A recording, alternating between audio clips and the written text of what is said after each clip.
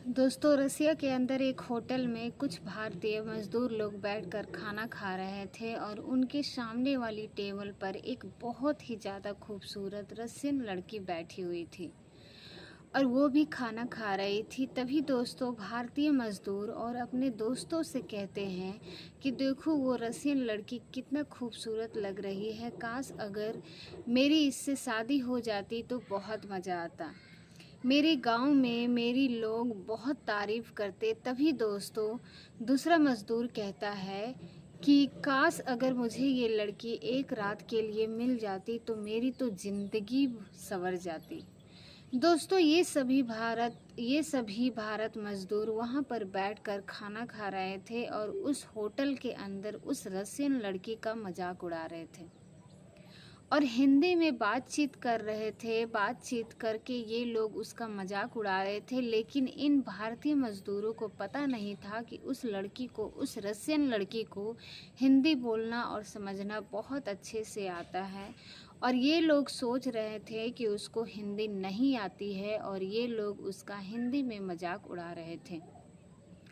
लेकिन दोस्तों, उसके बाद जो होता है ना, आप लोग सोच भी नहीं सकते हैं। ये लोग रशिया में मज़दूरी करने के लिए क्यों गए थे, इसके पीछे की वजह जब अब आप लोग जानेंगे तो आपके पैरों तले ज़मीन खिसक जाएगी। दोस्तों, पूरी घटना की सच्चाई जानने के लिए वीडियो को पूरा ज़रूर देखिएगा। दोस्तों, ये घटना बिहार की है और बिहार की एक छोटे से गांव में एक परिवार में एक लड़का रहता था जिसका नाम दीपू था।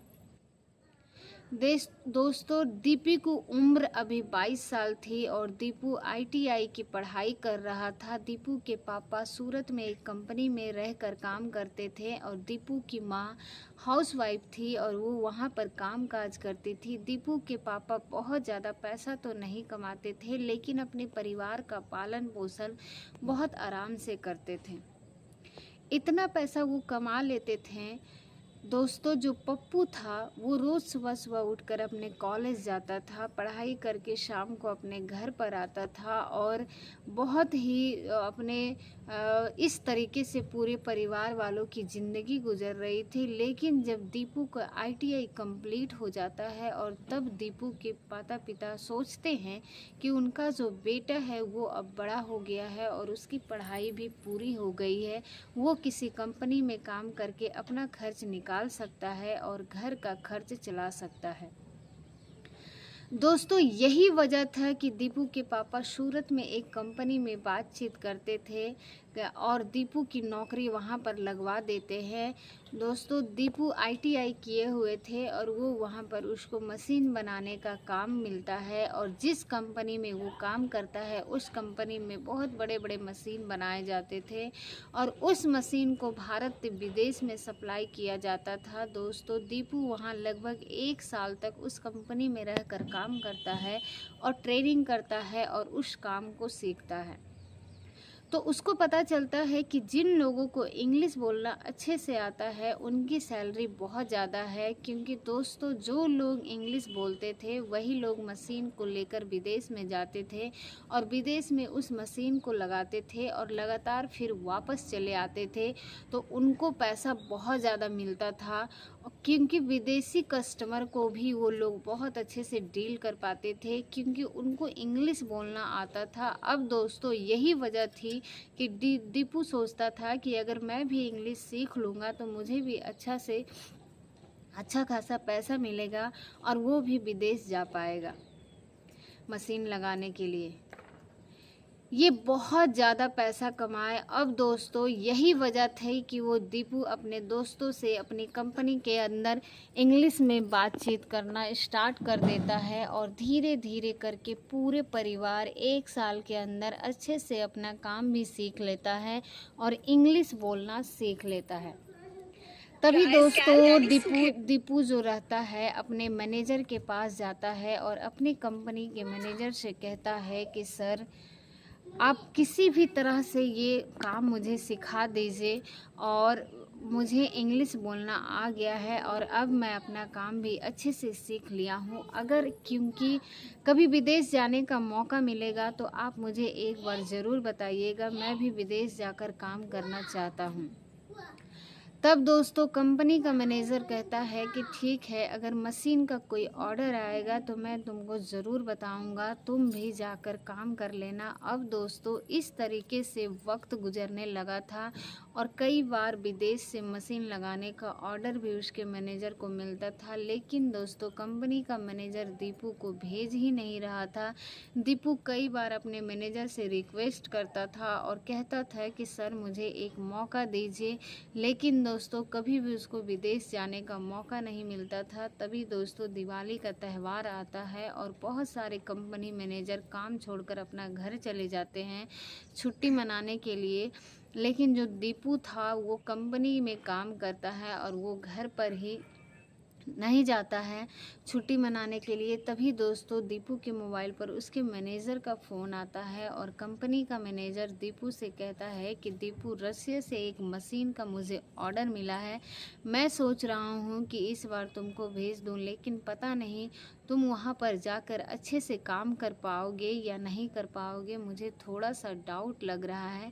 तब दोस्तों दीपू अपने मैनेजर से कहता है कि सर मुझे आप एक बार मौका दीजिए, आप मौका तो देखिए, मैं आपको कभी भी निराश नहीं करूँगा।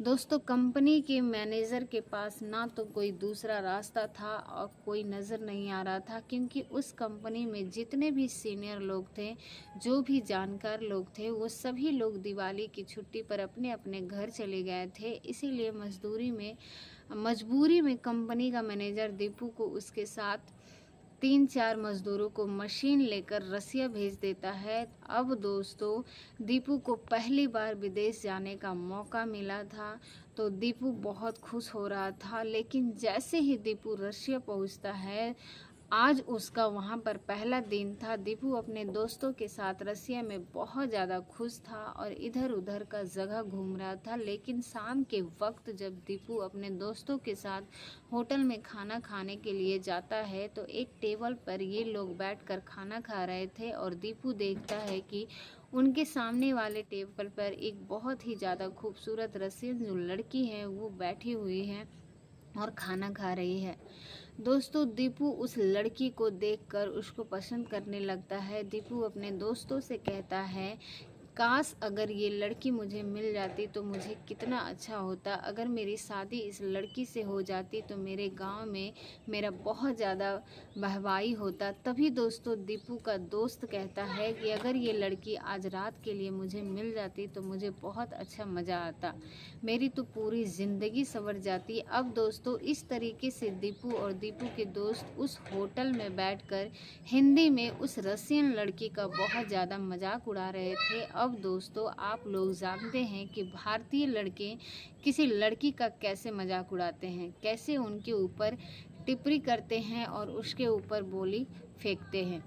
ठीक इसी तरीके से यहाँ पर बैठकर ये लोग उस लड़की का मजाक उड़ाते थे, लेकिन दोस्तों दीपू को ये सब पता नहीं था कि उस रसियन लड़की को हिंदी बोलना समझना बहुत अच्छे से आता था और दीपू के दोस्त लोग सोच रहे थे कि उसको सिर्फ इंग्लिश आता है और वो हम लोगों की भाषा को नहीं समझ पा रही है, इसीलिए ये लोग हिंदी में उसका मजाक उड़ा रहे थे। दोस्तों लड़की थी वो दीपू की सारी बातों को सुन रही थी, उसकी बातों को समझ में रही थी और चुपचाप बैठकर वहाँ पर मुस्कुरा रही थी और मुस्कुराते मुस्कुराते अपना खाना वहाँ पर बैठकर खा रही थी। दोस्तों दीपू बार बार उस रसियन लड़की को देखकर मुस्कुरा रहा था और कभी अपने दोस्तों से बात कर रहा था, मजाक उड़ा रहा था। रसियन लड़की भी दीपू को देखकर मुस्कुरा रही थी। तभी दोस्तों जब रसियन लड़की अपना डिनर कंप्लीट कर लेती है तो अपने टेबल से उठती है और दीपू के पास चली जाती है और दीपू के पास बैठकर इंग्लिश में उनसे बातचीत करने लगती है और कहती है कि दीपू तुम मुझे बहुत अच्छे लग रहे हो। आप दोस्तों इस बात को सुनकर दीपू जो है ना वो बहुत ज़्यादा पिघल जाता है और दीपू को इंग्लिश बोलना तो अच्छे से आता ही था। दीपू जो था वो बोलता है कि क्या उस रशियन लड़की के साथ इंग्लिश में बातचीत करने लगता है और उसके बारे में पूछने लगता है, उसके घर वालों के बारे में पूछने लगता है। तो वो क्या करती है, रशियन में क्या करने के लिए आई है, बहुत सारी उससे बातचीत करने लगता है। लेकिन जब वो लड़की वहाँ से चली जाती है, इससे भी बातचीत करने के बाद जो वो दीपू के दोस्त लोग थे, वो लोग दीपू को चिढ़ाने लगते हैं और दीपू का मजाक उड़ाने लगते हैं। वो लोग कहते हैं कि दीपू वो लड़की तुमको पसंद आया करती थी, तुम जाकर उसको प्रपोज कर दो, हो सकता है कि वो तुम्हारा प्रपोजल एक्सेप्ट कर लेगी और तुमसे शादी कर लेगी। लेकिन दोस्तों, जो भारतीय लड़के थे ना, इसके मन में ऐसी मानसिकता थी कि जो रसिया की लड़की होती है वो लोग भारतीय लड़कों को बहुत ज़्यादा पसंद करती है। इसीलिए दीपू सोच रहा था कि काश अगर मैं इस लड़की को पटा लेता, उसको अपने जाल में फंसा लेता, अगर मेरी उससे शादी हो जाती तो मेरी ज़िंदगी संवर जाती। यही साथ दीपू सोच रहा था। और दोस्तों, यही सब सोचते सोचते जो दीपू था वो क्या करता है कि रात को अपने होटल में जाकर सो जाता है। लेकिन जब रात को सोता है तो उसको नींद में नहीं आती है और वो बार बार अपने मन में, अपने दिमाग में, अपने दिल में उसी रसियन लड़की के बारे में सोचने लगता है। लेकिन जब सुबह होता है तब दीपू अपने दोस्तों के साथ कहता है कि तुम लोग एक काम करो, तुम लोग वहाँ पे मतलब जाकर मशीन लगाओ। और कुछ देर के बाद वहाँ पर आता है और कुछ काम करने के लिए जा रहा हूँ। अब दोस्तों, इस तरीके से जो दीपू है वो फिर से होटल में जाता है और उस रसियन लड़की को ढूंढने के लिए, लेकिन वहाँ पर रसियन लड़की उसको कहीं नहीं दिखाई देती है। दोस्तों, मैं आपको बता दूं कि कंपनी वाले दीपू के लिए जो होटल बुक किए थे, वहाँ पर सभी मजदूर खाना खाने के लिए रोज़ रोज़ जाते थे। दीपू दूसरे होटल में वो जा भी नहीं सकता था खाना खाने के लिए, क्योंकि उसके पास उतना पैसा नहीं था, क्योंकि उस सारा व्यवस्था था सब उसके कंपनी वालों की तरफ से उसको मिला था। रहने का, खाने का, पीने का, घूमने का जो भी खर्च होता उसका खर्च सारा कंपनी वाले उठाते थे। इसीलिए जो दीपू था वो अपना पैसा खर्च नहीं करना चाहता था। अब दोस्तों, इस तरीके से जो दीपू है वो 3-4 दिन तक उस होटल में रशियन लड़की को घूम के ढूंढने की कोशिश करता है, लेकिन रशियन लड़की उसको वहाँ पर नहीं मिलती है। और अब दोस्तों, इस तरीके से देखते देखते पूरे 10 दिन का वक्त गुजर जाता है और दीपू का जो काम है रशिया में मशीन लगाने का, वो काम भी ख़त्म हो जाता है। दीपू को अगले दिन अपने घर वापस जाना था, लेकिन जब शाम को होटल में दीपू जाता है तो फिर से उस रशियन लड़की को उसी टेबल पर बैठकर खाना खाते हुए देख लेता है। और जब दीपू उस रशियन लड़की को देखता है तो उसके पास जाता है और उसके सामने बैठकर उससे बातचीत करने लगता है और उसका मोबाइल नंबर भी ले लेता है। अब दोस्तों, इस तरीके से लोग अक्सर फ़ोन पर बातचीत करने लगते हैं और जो दीपू है वो अपने दोस्तों के साथ रसिया में अपने सूरत वापस आज चला जाता है और फिर से अपनी कंपनी में काम करने लगता है। अब दोस्तों, इस तरीके से दिन गुजरने लगता है, लेकिन जो दीपू था वो लगातार उस रशियन लड़की से फ़ोन पर बातचीत करने लगा था। तभी दोस्तों, एक दिन वो रशियन लड़की जो थी वो दीपू से कहती है कि उस दिन तुम होटल के अंदर अपने दोस्तों के साथ मेरा मजाक क्यों उड़ा रहे थे। मैं तुम्हारी सारी बातें सुन रही थी और समझ भी रही थी। शायद तुमको पता नहीं होगा, लेकिन मुझे हिंदी बोलना और समझना बहुत अच्छे से आता है। अब दोस्तों, दीपू को जब ये बात पता चलता है तो उस रशियन लड़की को हिंदी बोलना और समझना कुछ अच्छे से आता है, तो दीपू सोचता है कि मैं उस दिन अपने दोस्तों के साथ कितना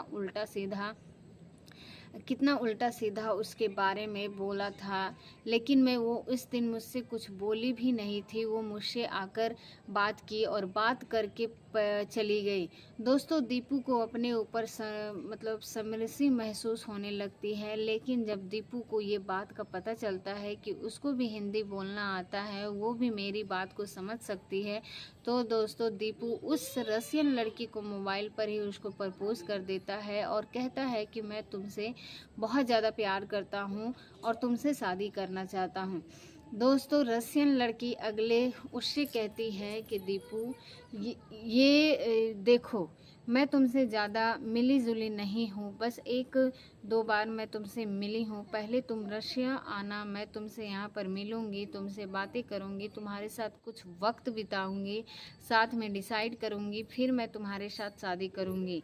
ये नहीं करूँगी। अब दोस्तों इस तरीके से दोनों लोग फ़ोन पर बातचीत कर रहे थे, वक़्त गुज़र रहा था, लेकिन 5 महीने बाद दीपू को मौका मिलता है रशिया जाने का, क्योंकि दोस्तों उस पहली बार दीपू रशिया गया था तो अपना काम वहाँ पर बहुत अच्छे से किया था, और मशीन लगाने का जो काम था उस कंपनी के मैनेजर को उसके ऊपर विश्वास हो गया था। इसीलिए वो कंपनी का मैनेजर उस दीपू को दोबारा रशिया भेजता है मशीन लगाने के लिए। और जब दीपू दोबारा रशिया जाता है तो इस बार अपने साथ जो मज़दूर को भी ले गया था और उस मज़दूरों को काम में लगा देता है, और दीपू खुद पर उस लड़की के साथ घूमने फिरने लगता है, मौज मस्ती करने लगता है, उसके साथ समय बिताने लगता है।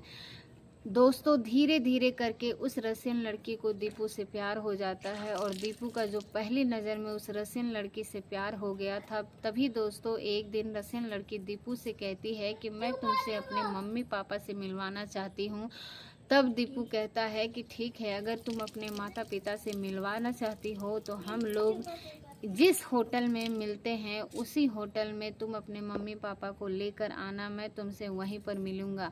अब दोस्तों इस तरीके से अगले दिन जो रशियन लड़की रहती है वो अपने मम्मी पापा को लेकर उस होटल में जा रही थी दीपू से मिलने के लिए, लेकिन बीच रास्ते में उसका एक्सीडेंट हो जाता है और उसी बीच रास्ते ही अस्पताल में भर्ती करवा दिया जाता है।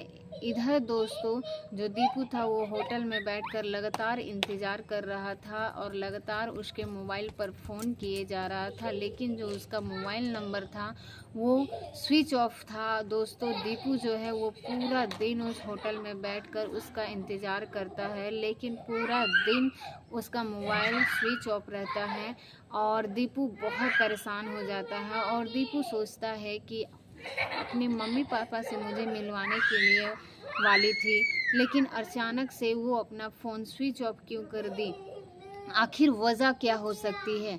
ये सब सोचकर दीपू बहुत ज़्यादा परेशान हो जाता है, और वो फिर परेशान हो जाता है और लड़की के घर का जो एड्रेस रहता है वो भी नहीं था, वो उसके घर पर जाकर उसको मिल सके। अब दोस्तों इस तरीके से देखते देखते 4-5 दिन का वक्त गुजर जाता है, लेकिन उस दिन लड़की का जो मोबाइल था वो ऑन नहीं होता है और वो स्विच ऑफ ही रहता है। दीपू बहुत ज़्यादा परेशान हो रहा था, क्योंकि जो दीपू था वो अब आपको भारत वापस लौटना था, क्योंकि उसका जहाँ काम करता था मशीन लगाने का वो काम भी पूरा हो जाता है। लेकिन जब रशियन लड़की का मोबाइल ऑन नहीं होता है तो दीपू दोस्त लोग जो थे उसका मजाक उड़ाने लगते हैं, और वो लोग कहने लगते हैं कि वो लड़की तुम्हारा कट कर चली गई है, तुम सोच रहे होगे तुमसे प्यार करती है, तो वो तुमसे प्यार नहीं करती है, वो सिर्फ़ और सिर्फ तुम्हारा फ़ायदा उठा रही है।